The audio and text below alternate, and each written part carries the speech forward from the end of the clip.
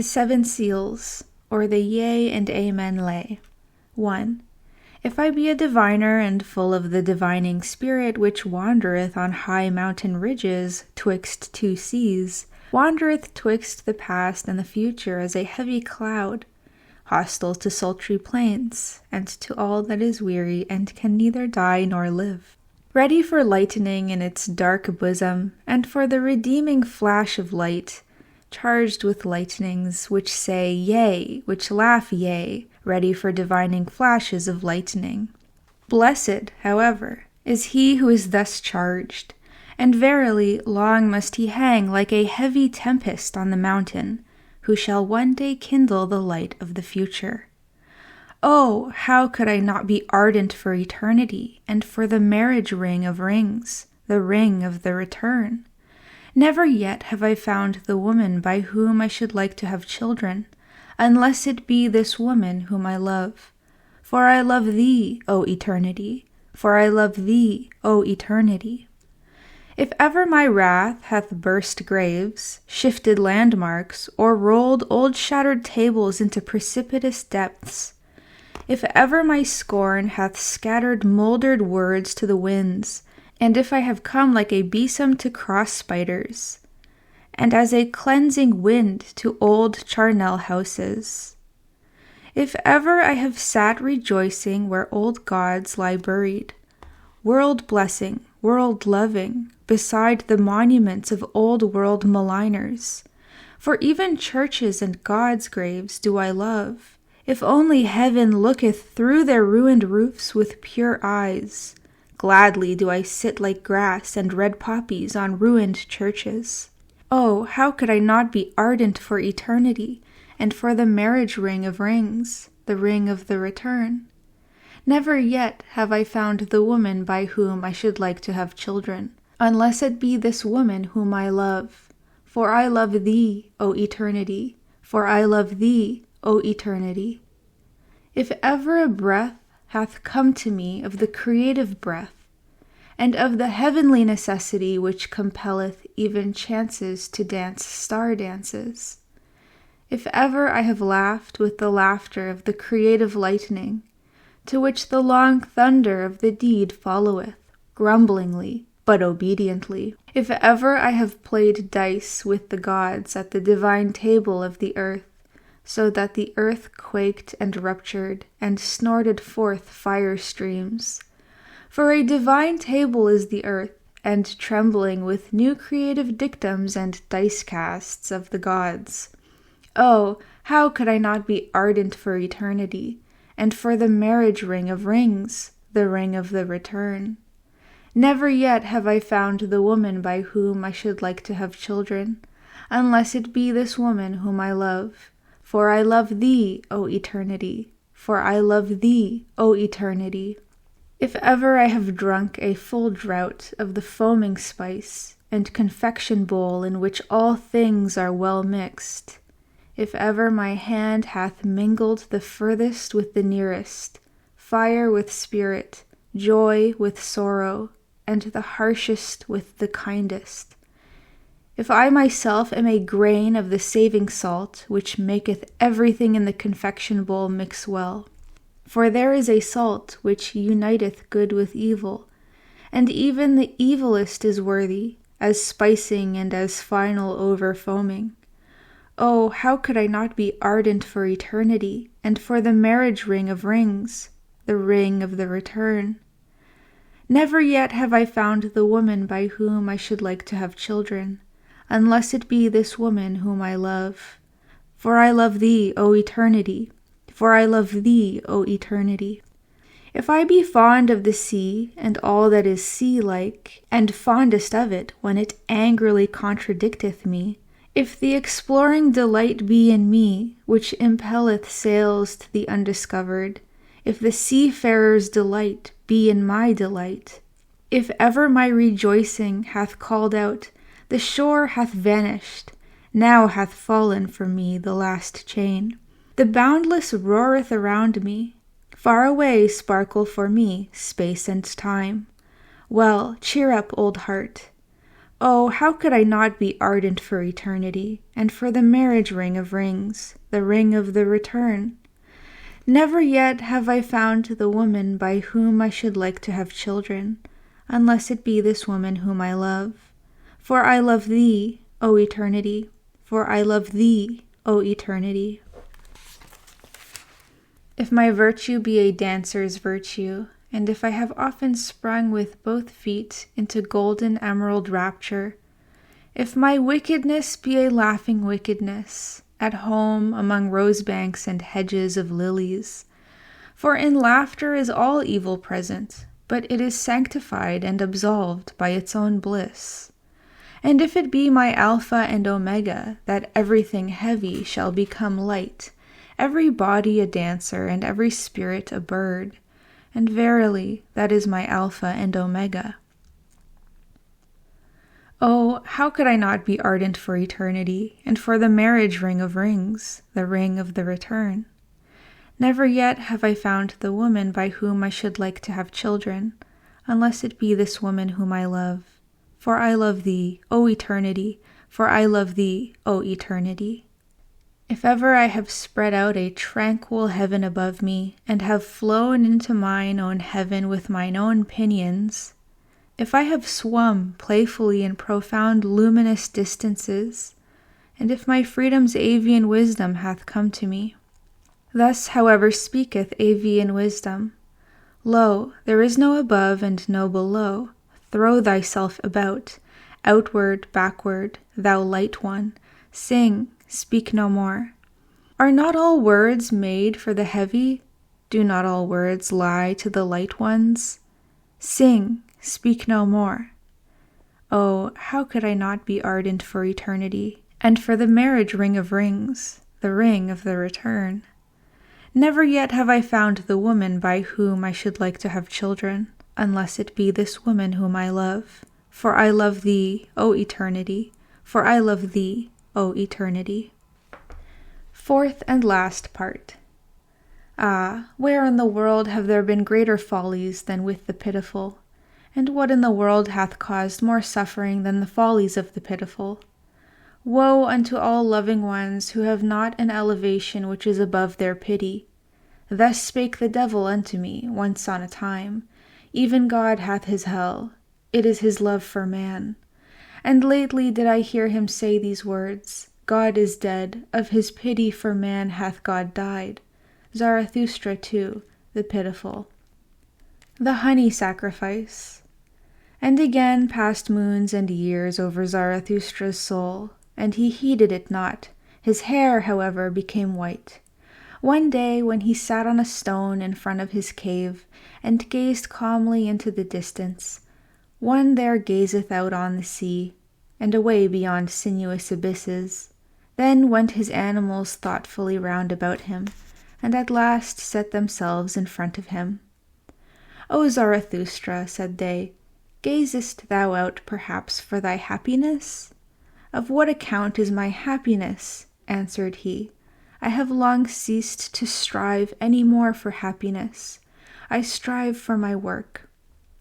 O Zarathustra, said the animals once more, that sayest thou as one who hath overmuch of good things. Liest thou not in a sky-blue lake of happiness? Yea, wags, answered Zarathustra, and smiled. How well did ye choose the simile!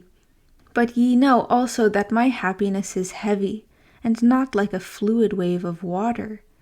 It presseth me, and will not leave me, and is like molten pitch.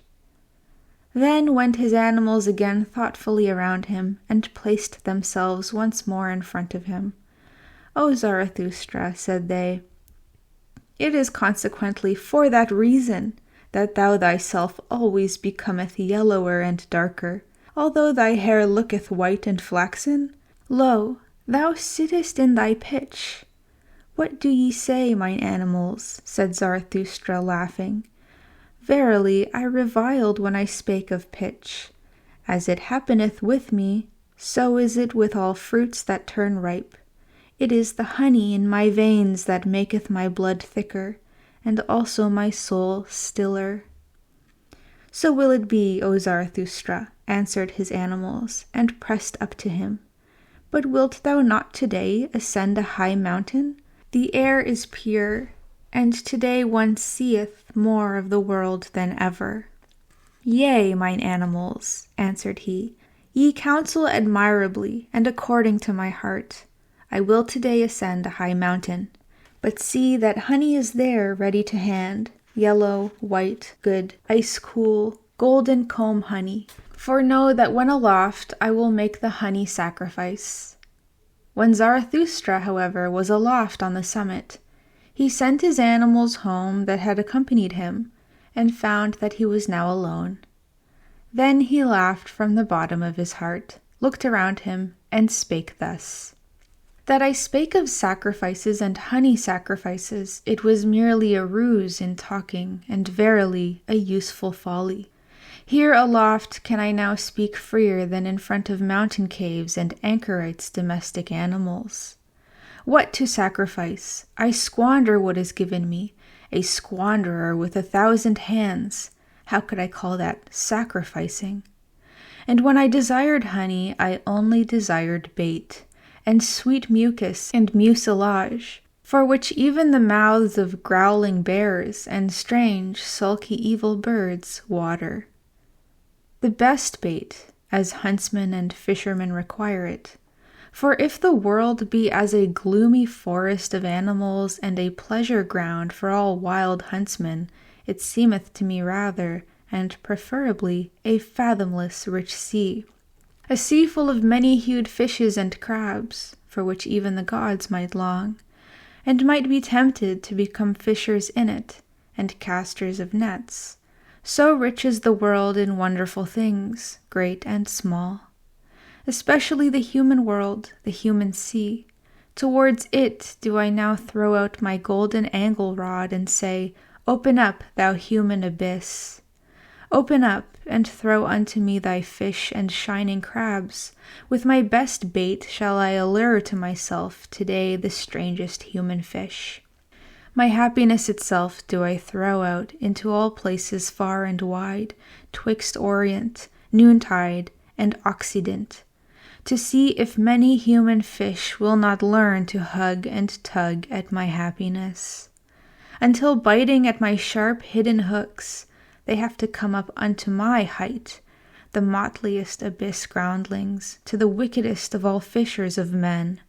For this am I the heart, and from the beginning, drawing, hither drawing, upward drawing, upbringing, a drawer, a trainer, a training master, who not in vain counselled himself once on a time, become what thou art.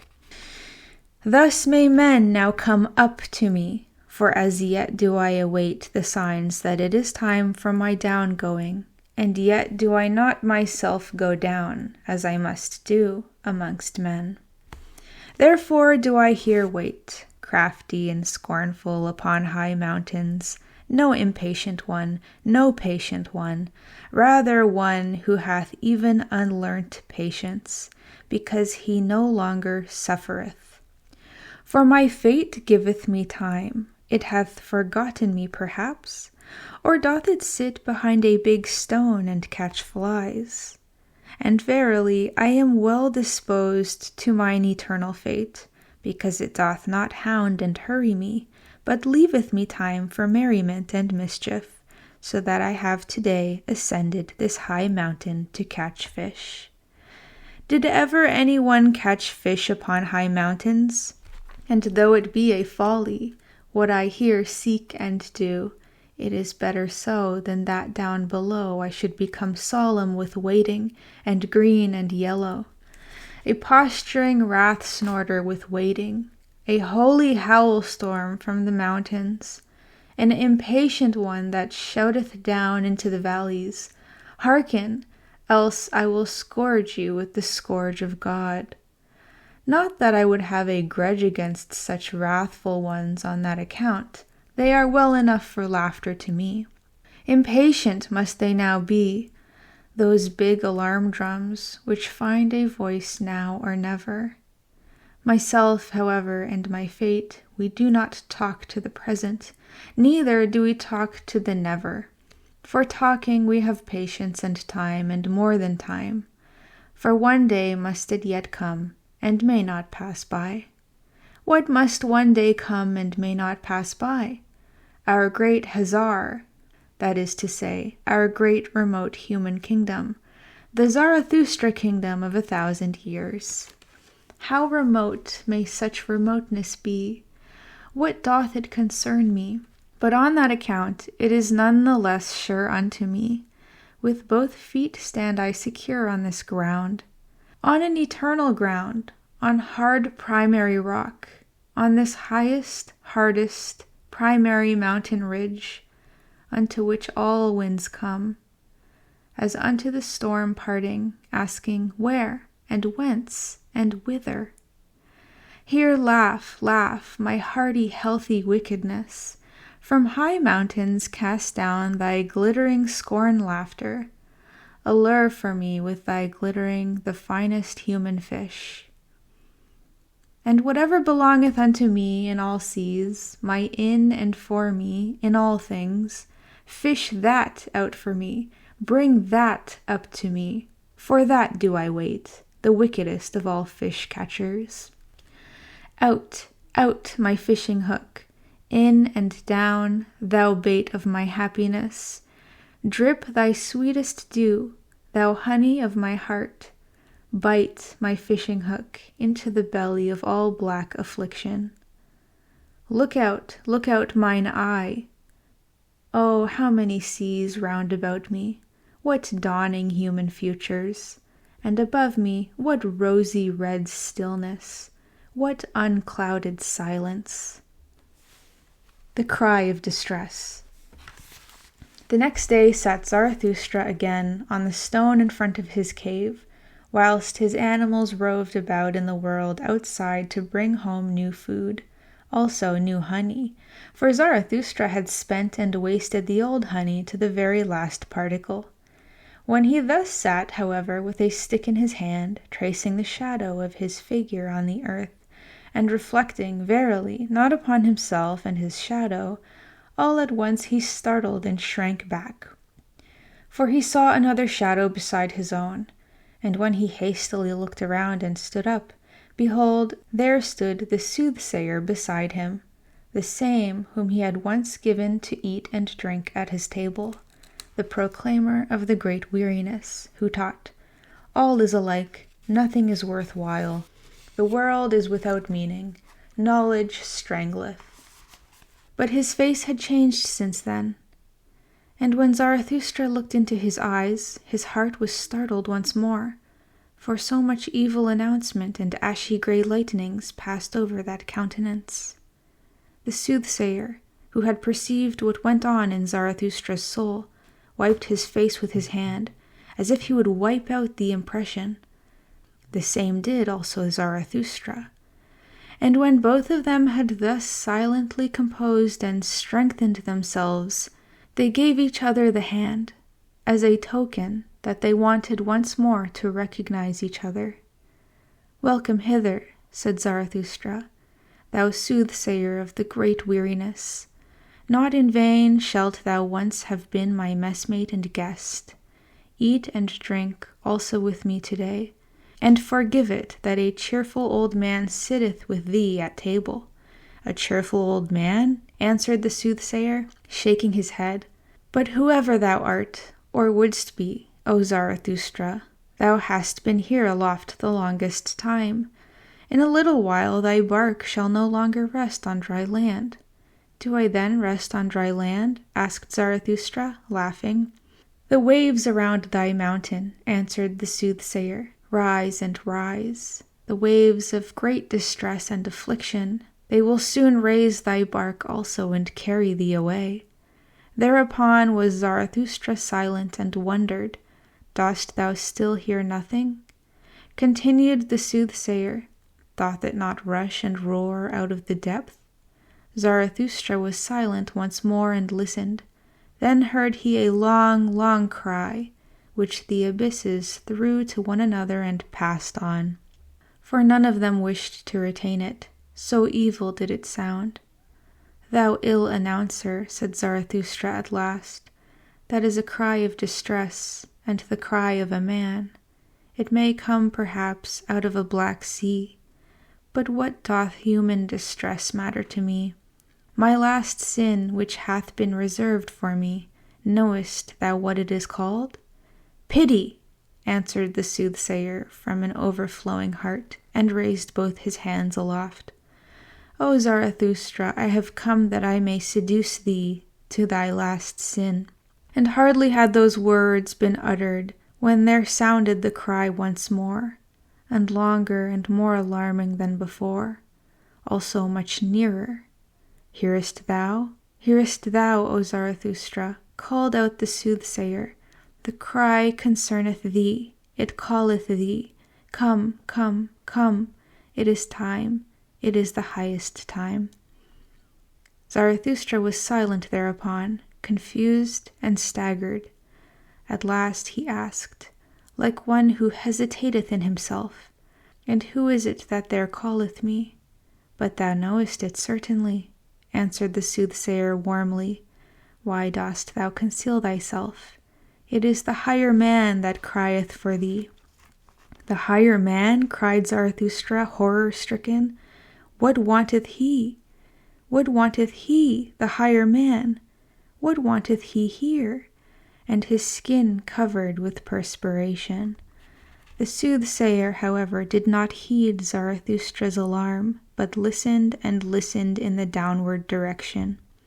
When, however, it had been still there for a long while, he looked behind, and saw Zarathustra standing trembling. "O Zarathustra," he began with sorrowful voice, "thou dost not stand there like one whose happiness maketh him giddy. Thou wilt have to dance lest thou tumble down. But although thou shouldst dance before me, and leap all thy side leaps, no one may say unto me, Behold, here danceth the last joyous man. In vain would anyone come to this height who sought him here. Caves would he find, indeed, and back caves, hiding places for hidden ones, but not lucky mines, nor treasure chambers, nor new gold veins of happiness. Happiness! How indeed could one find happiness among such buried alive and solitary ones? Must I seek the last happiness on the happy isles, and far away among forgotten seas? But all is alike, nothing is worth while, no seeking is of service, there are no longer any happy isles." Thus sighed the soothsayer with his last sigh. However, Zarathustra again became serene and assured, like one who hath come out of a deep chasm into the light. "Nay, nay, 3 times nay," exclaimed he with a strong voice, and stroked his beard. "That do I know better. There are still happy isles. Silence thereon, thou sighing sorrow-sack. Cease to splash thereon, thou rain-cloud of the forenoon. Do I not already stand here wet with thy misery, and drenched like a dog? Now do I shake myself and run away from thee, that I may again become dry. Thereat mayest thou not wonder. Do I seem to thee discourteous? Here, however, is my court. But as regards the higher man, well, I shall seek him at once in those forests. From thence came his cry. Perhaps he is there, hard beset by an evil beast. He is in my domain. Therein shall he receive no scath. And verily, there are many evil beasts about me." With those words, Zarathustra turned around to depart. Then said the soothsayer, "O Zarathustra, thou art a rogue. I know it well. Thou wouldst fain be rid of me. Rather wouldst thou run into the forest and lay snares for evil beasts. But what good will it do thee? In the evening wilt thou have me again. In thine own cave will I sit, patient and heavy like a block, and wait for thee." "So be it," shouted Zarathustra as he went away, and what is mine in my cave belongeth also unto thee, my guest. Shouldst thou, however, find honey therein, well, just lick it up, thou growling bear, and sweeten thy soul. For in the evening we want both to be in good spirits and joyful, because this day hath come to an end, and thou thyself shalt dance to my lays as my dancing bear. Thou dost not believe this? Thou shakest thy head? Well, cheer up, old bear, but I also am a soothsayer. Thus spake Zarathustra. Talk with the Kings. Ere Zarathustra had been an hour on his way in the mountains and forests, he saw all at once a strange procession.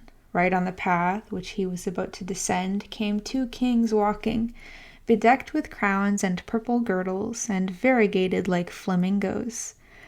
They drove before them a laden ass. "What do these kings want in my domain?" said Zarathustra in astonishment to his heart, and hid himself hastily behind a thicket. When, however, the kings approached to him, he said half aloud, like one speaking only to himself, "Strange, strange, how doth this harmonize? 2 kings do I see, and only 1 ass." Thereupon the 2 kings made a halt. They smiled and looked towards the spot whence the voice proceeded, and afterwards looked into each other's faces. "Such things do we also think among ourselves," said the king on the right, "but we do not utter them." The king on the left, however, shrugged his shoulders and answered, "That may perhaps be a goatherd or an anchorite who hath lived too long among rocks and trees, for no society at all spoileth also good manners." "Good manners," replied angrily and bitterly the other king. "What, then, do we run out of the way of? Is it not good manners, or good society? Better, verily, to live among anchorites and goatherds, than with our gilded, false, over-rouged populace, though it call itself good society, though it call itself nobility. But there all is false and foul, above all the blood, thanks to old evil diseases and worse curers. The best and dearest to me at present is still a sound peasant, coarse, artful, obstinate, and enduring. That is at present the noblest type. The peasant is at present the best, and the peasant type should be master. But it is the kingdom of the populace. I no longer allow anything to be imposed upon me. The populace, however, that meaneth hodgepodge. Populace hodgepodge. Therein is everything mixed with everything, saint and swindler, gentleman and Jew, and every beast out of Noah's ark. Good manners, everything is false and foul with us. No one knoweth any longer how to reverence. It is that, precisely, that we run away from. They are fulsome, obtrusive dogs, they gild palm leaves. This loathing choketh me, that we kings ourselves have become false, draped and disguised with the old faded pomp of our ancestors, showpieces for the stupidest, the craftiest, and whosoever at present trafficketh for power. We are not the first men, and have nevertheless to stand for them. Of this imposture have we at last become weary and disgusted. From the rabble have we gone out of the way, from all those bawlers and scribe blowflies, from the traitor stench, the ambition fidgeting, the bad breath. Fie, to live among the rabble! Fie, to stand for the first men among the rabble! Ah, loathing, loathing, loathing! What doth it now matter about us kings? Thine old sickness seizeth thee, said here the king on the left. Thy loathing seizeth thee, my poor brother. Thou knowest, however, that someone heareth us. Immediately thereupon Zarathustra, who had opened ears and eyes to this talk, rose from this hiding place, advanced towards the kings, and thus began. He who hearkeneth unto you, he who gladly hearkeneth unto you, is called Zarathustra. I am Zarathustra who once said, What doth it now matter about kings? Forgive me, I rejoiced when ye said to each other, What doth it matter about us kings? Here, however, is my domain and jurisdiction. What may ye be seeking in my domain?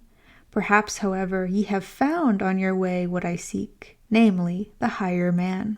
When the kings heard this, they beat upon their breasts and said with one voice, "We are recognized." "With the sword of thine utterance severest thou the thickest darkness of our hearts. Thou hast discovered our distress.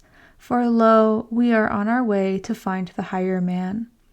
The man that is higher than we, although we are kings. To him do we convey this ass. For the highest man shall also be the highest lord on earth. There is no sorer misfortune in all human destiny than when the mighty of the earth are not also the first men. Then everything becometh false and distorted and monstrous. And when they are even the last men, and more beast than man, then riseth and riseth the populace in honour, and at last saith even the populace virtue, Lo, I alone am virtue." "What have I just heard?" answered Zarathustra. "What wisdom in kings! I am enchanted, and verily I have already promptings to make a rhyme thereon. Even if it should happen to be a rhyme not suited for everyone's ears, I unlearned long ago to have consideration for long ears. Well then, well now. Here, however, it happened that the ass also found utterance. It said distinctly and with malevolence, Yea. 'Twas once, methinks, year one of our blessed Lord, drunk without wine, the Sibyl thus deplored, How ill things go, decline, decline. Never sank the world so low. Rome now hath turned harlot and harlot stew. Rome's Caesar a beast and God hath turned Jew. With those rhymes of Zarathustra the kings were delighted. The king on the right, however, said, O Zarathustra, how well it was that we set out to see thee. For thine enemies showed us thy likeness in their mirror. There lookedst thou with the grimace of a devil, and sneeringly, so that we were afraid of thee. But what good did it do? Always didst thou prick us anew in heart and ear with thy sayings. Then did we say at last, What doth it matter how he look? We must hear him who teacheth. Ye shall love peace as a means to new wars, and the short peace more than the long. No one ever spake such warlike words. What is good? To be brave is good. It is the good war that holloweth every cause. O Zarathustra, our fathers' blood stirred in our veins at such words. It was like the voice of spring to old wine casks. When the swords ran among one another like red-spotted serpents, then did our fathers become fond of life. The sun of every peace seemed to them languid and lukewarm. The long peace, however, made them ashamed. How they sighed, our fathers, when they saw on the wall brightly furbished, dried-up swords. Like those they thirsted for war, for a sword thirsteth to drink blood, and sparkleth with desire. When the kings thus discoursed and talked eagerly of the happiness of their fathers, there came upon Zarathustra no little desire to mock at their eagerness, for evidently they were very peaceable kings, whom he saw before him, kings with old and refined features. But he restrained himself. Well, said he, thither leadeth the way. There lieth the cave of Zarathustra, and this day is to have a long evening. At present, however, a cry of distress calleth me hastily away from you. It will honour my cave if kings want to sit and wait in it, but to be sure, ye will have to wait long. Well, what of that? Where doth one at present learn better to wait than at courts? And the whole virtue of kings that hath remained unto them, is it not called today ability to wait? Thus spake Zarathustra. The Leech. And Zarathustra went thoughtfully on, further and lower down, through forests and past moory bottoms. As it happeneth, however, to every one who meditateth upon hard matters, he trod thereby unawares upon a man. And lo, there spurted into his face all at once a cry of pain, and 2 curses and 20 bad invectives, so that in his fright he raised his stick, and also struck the trodden one. Immediately afterwards, however, he regained his composure, and his heart laughed at the folly he had just committed. "Pardon me," said he to the trodden one, who had gotten up enraged, and had seated himself. "Pardon me, and hear first of all a parable. As a wanderer who dreameth of remote things on a lonesome highway, runneth unawares against a sleeping dog, a dog which lieth in the sun. As both of them then start up and snap at each other, like deadly enemies, those two beings mortally frightened, so did it happen unto us. And yet, how little was lacking for them to caress each other, that dog and that lonesome one. Are they not both lonesome ones?" "Whoever thou art," said the trodden one, still enraged, "thou treadest also too nigh me with thy parable, and not only with thy foot. Lo, am I then a dog?" And thereupon the sitting one got up, and pulled his naked arm out of the swamp. For at first he had lain outstretched on the ground, hidden and indiscernible, like those who lie in wait for swamp game. "But whatever art thou about?" called out Zarathustra in alarm, for he saw a deal of blood streaming over the naked arm. "What hath hurt thee? Hath an evil beast bit thee, thou unfortunate one?" The bleeding one laughed, still angry. "What matter is it to thee?" said he, and was about to go on. "Here am I at home and in my province. Let him question me whoever will. To a dolt, however, I shall hardly answer." "Thou art mistaken," said Zarathustra sympathetically, and held him fast. "Thou art mistaken. Here thou art not at home, but in my domain, and therein shall no one receive any hurt. Call me, however, what thou wilt. I am who I must be. I call myself Zarathustra. Up thither is the way to Zarathustra's cave. It is not far. Wilt thou not attend to thy wounds at my home? It hath gone badly with thee, thou unfortunate one, in this life. First a beast bit thee, and then a man trod upon thee. When, however, the trodden one had heard the name of Zarathustra, he was transformed. "What happeneth unto me?" he exclaimed.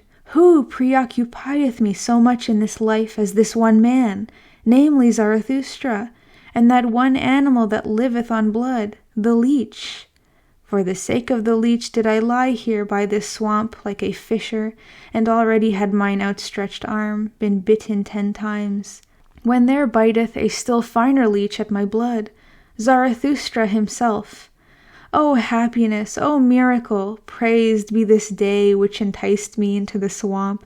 Praised be the best, the livest cupping glass, that at present liveth. Praised be the great conscience leech, Zarathustra." Thus spake the trodden one, and Zarathustra rejoiced at his words and their refined reverential style. "Who art thou?" asked he, and gave him his hand. "There is much to clear up and elucidate between us, but already methinketh pure clear day is dawning." "I am the spiritually conscientious one," answered he who was asked, "and in matters of the spirit it is difficult for anyone to take it more rigorously, more restrictedly, and more severely than I, except him from whom I learnt it, Zarathustra himself. Better know nothing than half know many things. Better be a fool on one's own account than a sage on other people's approbation. Ay, go to the basis. What matter if it be great or small? If it be called swamp or sky? A handbreadth of basis is enough for me, if it be actually basis and ground. A handbreadth of basis, thereon can one stand, and in the true knowing knowledge there is nothing great and nothing small." "Then thou art perhaps an expert on the leech?" asked Zarathustra. "And thou investigatest the leech to its ultimate basis, thou conscientious one?" "O Zarathustra," answered the trodden one, "that would be something immense. How could I presume to do so? That, however, of which I am master and knower, is the brain of the leech. That is my world. And it is also a world. Forgive it, however, that my pride here findeth expression, for here I have not mine equal. Therefore said I, here am I at home. How long have I investigated this one thing, the brain of the leech, so that here the slippery truth might no longer slip from me. Here is my domain. For the sake of this did I cast everything else aside. For the sake of this did everything else become indifferent to me, and close beside my knowledge lieth my black ignorance. My spiritual conscience requireth from me that it should be so, that I should know one thing, and not know all else. They are a loathing unto me, all the semi-spiritual, all the hazy, hovering, and visionary. Where mine honesty ceaseth, there am I blind, and want also to be blind. Where I want to know, however, there want I also to be honest, namely, severe, rigorous, restricted, cruel, and inexorable. Because thou once saidst, O Zarathustra, spirit is life which itself cutteth into life. That led and allured me to thy doctrine, and verily with mine own blood have I increased mine own knowledge. As the evidence indicateth, broke in Zarathustra, for still was the blood flowing down on the naked arm of the conscientious one, for there had 10 leeches bitten into it. O thou strange fellow, how much doth this very evidence teach me, namely, thou thyself, and not all, perhaps, might I pour into thy rigorous ear. Well then, we part here, but I would fain find thee again. Up thither is the way to my cave. To-night shalt thou there be my welcome guest. Fain would I also make amends to thy body for Zarathustra treading upon thee with his feet. I think about that. Just now, however, a cry of distress calleth me hastily away from thee. Thus spake Zarathustra. The Magician. When, however, Zarathustra had gone round a rock, then he saw on the same path, not far below him, a man who threw his limbs about like a maniac, and at last tumbled to the ground on his belly. Halt! Said then Zarathustra to his heart. He here must surely be the higher man. From him came that dreadful cry of distress. I will see if I can help him. When, however, he ran to the spot where the man lay on the ground, he found a trembling old man, with fixed eyes, and in spite of all Zarathustra's efforts to lift him and set him again on his feet, it was all in vain. The unfortunate one, also, did not seem to notice that someone was beside him. On the contrary, he continually looked around with moving gestures, like one forsaken and isolated from all the world. At last, however, after much trembling and convulsion, and curling himself up, he began to lament thus. Who warmeth me? Who loveth me still? Give ardent fingers, give heartening charcoal warmers. Prone, outstretched, trembling, like him, half dead and cold, whose feet one warmeth, and shaken, by unfamiliar fevers, shivering with sharpened icy cold frost arrows, by thee pursued my fancy, ineffable, recondite, sore frightening, thou huntsman hind the cloud banks, now lightning struck by thee, thou mocking eye that me in darkness watcheth. Thus do I lie, bend myself, twist myself, convulsed with all eternal torture, and smitten by thee, cruelest huntsman, thou unfamiliar God. Smite deeper, smite yet once more, pierce through and rend my heart. What meaneth this torture with dull indented arrows? Why lookest thou hither, of human pain not weary, with mischief-loving, godly flash glances? Not murder wilt thou, but torture, torture? For me torture, thou mischief-loving, unfamiliar God? Ha, ha! Thou stealeth nigh, in midnight's gloomy hour? What wilt thou? Speak!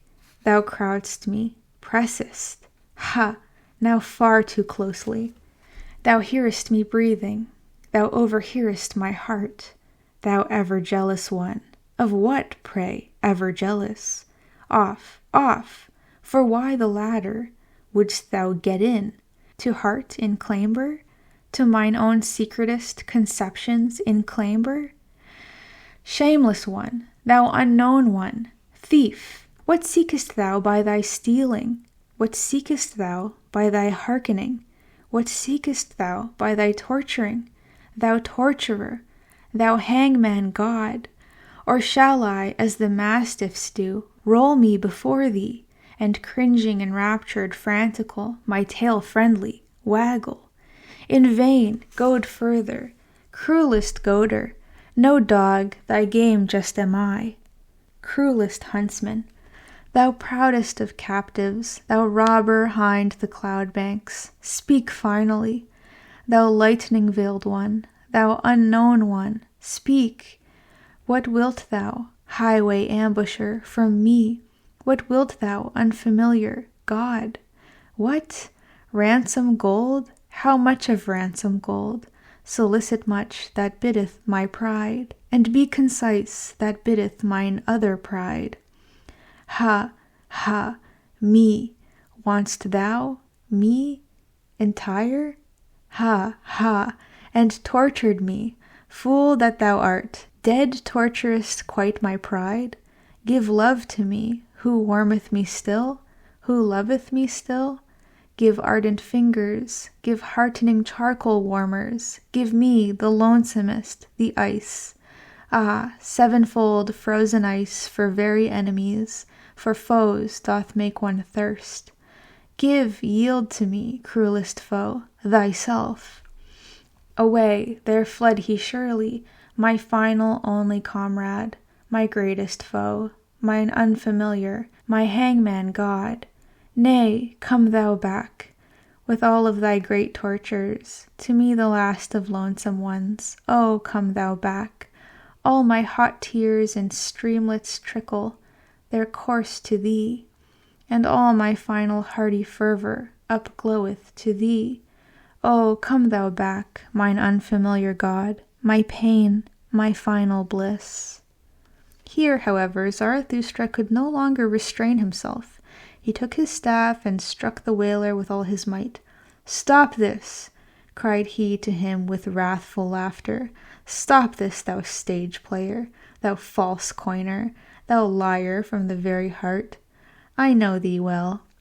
I will soon make warm legs to thee, thou evil magician. I know well how to make it hot for such as thou." "Leave off," said the old man, and sprang up from the ground. "Strike me no more, O Zarathustra. I did it only for amusement. That kind of thing belongeth to mine art. Thee thyself I wanted to put to the proof when I gave this performance, and verily thou hast well detected me. But thou thyself hast given me no small proof of thyself. Thou art hard, thou wise Zarathustra. Hard strikest thou with thy truths. Thy cudgel forceth from me this truth." "Flatter not," answered Zarathustra, still excited and frowning. "Thou stage player from the heart, thou art false. Why speakest thou of truth? Thou peacock of peacocks, thou sea of vanity, what didst thou represent before me, thou evil magician? Whom was I meant to believe in when thou wailedst in such wise?" "The penitent in spirit," said the old man. "It was him I represented. Thou thyself once devisedst this expression. The poet and magician who at last turneth his spirit against himself. The transformed one who freezeth to death by his bad science and conscience, and just acknowledge it.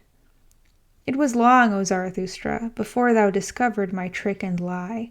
Thou believedst in my distress, when thou heldest my head with both thy hands. I heard thee lament, we have loved him too little, because I so far deceived thee, my wickedness rejoiced in me." "Thou mayest have deceived subtler ones than I," said Zarathustra sternly. "I am not on my guard against deceivers. I have to be without precaution. So willeth my lot. Thou, however, must deceive. So far do I know thee. Thou must ever be equivocal, trivocal, quadrivocal, and quinquivocal. Even what thou hast now confessed is not nearly true enough, nor false enough for me. Thou bad false coiner, how couldst thou do otherwise? Thy very malady wouldst thou whitewash, if thou showed thyself naked to thy physician. Thus didst thou whitewash thy lie before me, when thou saidst, I did so only for amusement. There was also seriousness therein. Thou art something of a penitent in spirit. I divine thee well. Thou hast become the enchanter of all the world. But for thyself thou hast no lie or artifice left. Thou art disenchanted to thyself. Thou hast reaped disgust as thy one truth. No word in thee is any longer genuine, but thy mouth is so. That is to say, the disgust that cleaveth unto thy mouth. Who art thou at all? Cried here the old magician with defiant voice. Who dareth to speak thus unto me, the greatest man now living? And a green flash shot from his eye at Zarathustra, but immediately after he changed and said sadly, O Zarathustra, I am weary of it. I am disgusted with mine arts. I am not great. Why do I dissemble? But thou knowest it well. I sought for greatness. A great man I wanted to appear, and persuaded many, but the lie hath been beyond my power. On it do I collapse. O Zarathustra, everything is a lie in me, but that I collapse. This my collapsing is genuine. It honoureth thee, said Zarathustra gloomily, looking down with sidelong glance. It honoureth thee that thou soughtest for greatness, but it betrayeth thee also. Thou art not great. Thou bad old magician, that is the best and the honestest thing I honour in thee, and that thou hast become weary of thyself, and hast expressed it, I am not great. Therein do I honour thee as a penitent in spirit, and although only for the twinkling of an eye, in that one moment wast thou genuine. But tell me, what seekest thou here in my forests and rocks? And if thou hast put thyself in my way, what proof of me wouldst thou have? Wherein didst thou put me to the test? Thus spake Zarathustra, and his eyes sparkled. But the old magician kept silence for a while. Then said he, Did I put thee to the test? I seek only, O Zarathustra, I seek a genuine one, a right one, a simple one, an unequivocal one, a man of perfect honesty, a vessel of wisdom, a saint of knowledge, a great man. Knowest thou it not, O Zarathustra? I seek Zarathustra. And here there arose a long silence between them. Zarathustra, however, became profoundly absorbed in thought, so that he shut his eyes. But afterwards, coming back to the situation, he grasped the hand of the magician and said, full of politeness and policy, Well, up thither leadeth the way. There is the cave of Zarathustra. In it mayest thou seek him whom thou wouldst fain find, and ask counsel of mine animals, mine eagle and my serpent. They shall help thee to seek. My cave, however, is large. I myself, to be sure, I have as yet seen no great man. That which is great, the acutest eye is at present insensible to it. It is the kingdom of the populace. Many a one have I found who stretched and inflated himself, and the people cried, Behold, a great man. But what good do all bellows do? The wind cometh out at last. At last bursteth the frog which hath inflated itself too long. Then cometh out the wind. To prick a swollen one in the belly, I call good pastime. Hear that, ye boys. Our today is of the populace, who still knoweth what is great and what is small, who could there seek successfully for greatness. A fool only, it succeedeth with fools. Thou seekest for great men, thou strange fool? Who taught that to thee? Is it today the time for it? O, thou bad seeker, why dost thou tempt me? Thus spake Zarathustra, comforted in his heart, and went laughing on his way. Out of service. Not long ago, however, after Zarathustra had freed himself from the magician, he again saw a person sitting beside the path which he followed, namely a tall black man with a haggard, pale countenance. This man grieved him exceedingly. Alas, said he to his heart, there sitteth disguised affliction. Methinketh he is the type of the priests. What do they want in my domain? What, hardly, have I escaped from that magician, and must another necromancer again run across my path? Some sorcerer with laying on of hands, some sombre wonder-worker by the grace of God, some anointed world-maligner, whom may the devil take. But the devil is never at the place which would be his right place. He always cometh too late, that cursed dwarf and clubfoot. Thus cursed Zarathustra impatiently in his heart, and considered how with averted look he might slip past the black man. But behold, it came about otherwise, for at the same moment had the sitting one already perceived him, and not unlike one whom an unexpected happiness overtaketh, he sprang to his feet and went straight towards Zarathustra. Whoever thou art, thou traveller, said he, help a strayed one, a seeker, an old man, who may here easily come to grief. The world here is strange to me, and remote. Wild beasts also did I hear howling, and he who could have given me protection, he is himself no more. I was seeking the pious man, a saint and an anchorite, who, alone in his forest, had not yet heard of what all the world knoweth at present. What doth all the world know at present? Asked Zarathustra. Perhaps that the old god no longer liveth, in whom all the world once believed? Thou sayest it, answered the old man sorrowfully, and I served that old god until his last hour. Now, however, am I out of service, without master, and yet not free. Likewise am I no longer merry, even for an hour, except it be in recollections. Therefore did I ascend into these mountains, that I might finally have a festival for myself once more, as becometh an old pope and church father. For know it, that I am the last pope, a festival of pious recollections and divine services. Now, however, as he himself dead, the most pious of men, the saint in the forest who praised his God constantly with singing and mumbling, he himself found I no longer when I found his cot, but 2 wolves found I therein, which howled on account of his death, for all animals loved him. Then did I haste away. Had I thus come in vain into these forests and mountains? Then did my heart determine that I should seek another, the most pious of all those who believe not in God. My heart determined that I should seek Zarathustra. Thus spake the hoary man, and gazed with keen eyes at him who stood before him. Zarathustra, however, seized the hand of the old pope and regarded it a long while with admiration. Lo, thou venerable one, said he then, what a fine and long hand! That is the hand of one who hath ever dispensed blessings. Now, however, doth it hold fast him, whom thou seekest, me, Zarathustra. It is I, the ungodly Zarathustra, who saith, Who is ungodlier than I, that I may enjoy his teaching? Thus spake Zarathustra, and penetrated with his glances the thoughts and arrear thoughts of the old pope. At last the latter began. He who most loved and possessed him hath now also lost him most. Lo, I myself am surely the most godless of us at present. But who could rejoice at that?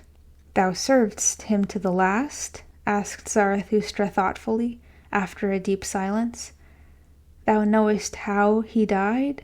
Is it true what they say, that sympathy choked him? That he saw how man hung on the cross and could not endure it? That his love to man became his hell, and at last his death? The old pope, however, did not answer, but looked aside timidly, with a painful and gloomy expression. Let him go, said Zarathustra, after prolonged meditation, still looking the old man straight in the eye. Let him go, he is gone. And though it honoureth thee that thou speakest only in praise of this dead one, yet thou knowest as well as I, who he was, and that he went curious ways.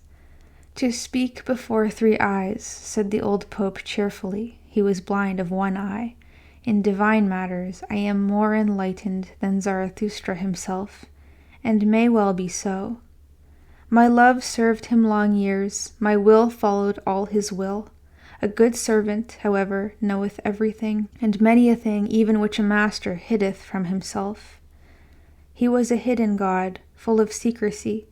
Verily, he did not come by his Son otherwise than by secret ways. At the door of his faith standeth adultery. Whoever extolleth him as a God of love doth not think highly enough of love itself. Did not that God want also to be judge? But the loving one loveth irrespective of reward and requital. When he was young, that God out of the Orient, then was he harsh and revengeful, and built himself a hell for the delight of his favorites. At last, however, he became old and soft and mellow and pitiful, more like a grandfather than a father, but most like a tottering old grandmother. There did he sit shriveled in his chimney corner, fretting on account of his weak legs, world-weary, will-weary, and one day he suffocated of his all too great pity. Thou old Pope, said there Zarathustra interposing, hast thou seen that with thine eyes? It could well have happened in that way, and also otherwise. When gods die, they always die many kinds of death. Well, at all events, one way or other, he is gone. He was counter to the taste of mine ears and eyes. Worse than that I should not like to say against him. I love everything that looketh bright, and speaketh honestly. But he, thou knowest it, forsooth, thou old priest, there was something of thy type in him, the priest type. He was equivocal. He was also indistinct. How he raged at us, this wrath-snorter, because we understood him badly. But why did he not speak more clearly? And if the fault lay in our ears, why did he give us ears that heard him badly? And if there was dirt in our ears, well, who put it in them?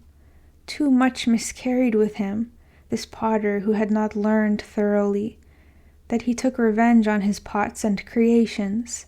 However, because they turned out badly, that was a sin against good taste. There is also good taste in piety. This at last said, away with such a God. Better to have no God, better to set up destiny on one's own account, better to be a fool, better to be God oneself. What do I hear? Said then the old Pope with intent ears. O Zarathustra, thou art more pious than thou believest, with such an unbelief. Some God in thee hath converted thee to thine ungodliness. Is it not thy piety itself which no longer letteth thee believe in a God? And thine over-great honesty will yet lead thee even beyond good and evil, beyond what hath been reserved for thee.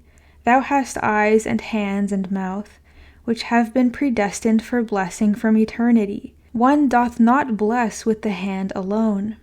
Nigh unto thee, though thou professest to be the ungodliest one, I feel a hale and holy odor of long benedictions. I feel glad and grieved thereby. Let me be thy guest, O Zarathustra, for a single night. Nowhere on earth shall I now feel better than with thee. Amen, so shall it be, said Zarathustra with great astonishment. Up thither leadeth the way, there lieth the cave of Zarathustra. Gladly forsooth would I conduct thee thither myself, thou venerable one, for I love all pious men. But now a cry of distress calleth me hastily away from thee. In my domain shall no one come to grief. My cave is a good haven, and best of all would I like to put every sorrowful one again on firm land and firm legs. Who, however, could take thy melancholy off thy shoulders? For that I am too weak. Long, verily, should we have to wait until some one reawoke thy God for thee. For that old God liveth no more, he is indeed dead. Thus spake Zarathustra.